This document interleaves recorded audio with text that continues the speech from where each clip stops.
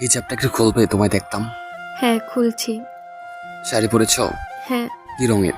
দেখবি? হ্যাঁ, দেখবো। আচ্ছা, একটু অপেক্ষা করো, ওপাশের লোকটা যাক। তোমায় তো আজ বেশ ভালো লাগছে। তাই?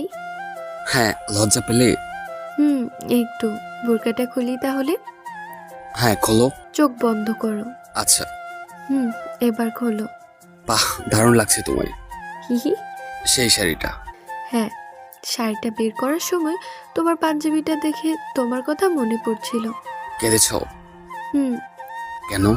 তুমি স্বার্থপরের মতো আমাকে ছেড়ে চলে এসেছো। একা একা খুব কষ্ট হয় আমার। আমি যখন চা বানাতে যাই, ভুল করে তোমার মগেও বানিয়ে ফেলি। গভীর রাতে ঘুমের ভেতর তোমার বালিশের উপর হাত পড়লেই আমার ঘুম ভেঙে যায়। তোমাকে দেখতে না পেলেই আমার কান্না আসে। খুব কষ্ট হয়েছে তাই না? অনেক। সরি। সরি বলতে হবে না।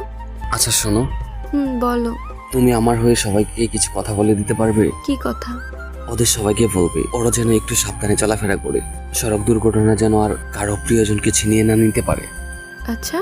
উফ, এখন কেঁদো না তো, তোমার চোখের কাজল নষ্ট হয়ে যাচ্ছে।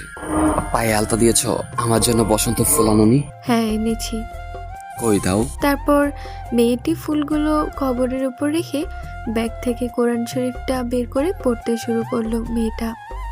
কথা ছিল এই বসন্তে শাড়ি পাঞ্জাবি পরে দুজনে বের হবে, কিন্তু সড়ক দুর্ঘটনা তাদের স্বপ্নের মাঝে এপার ওপারের দূরত্ব তৈরি করে দিয়েছে।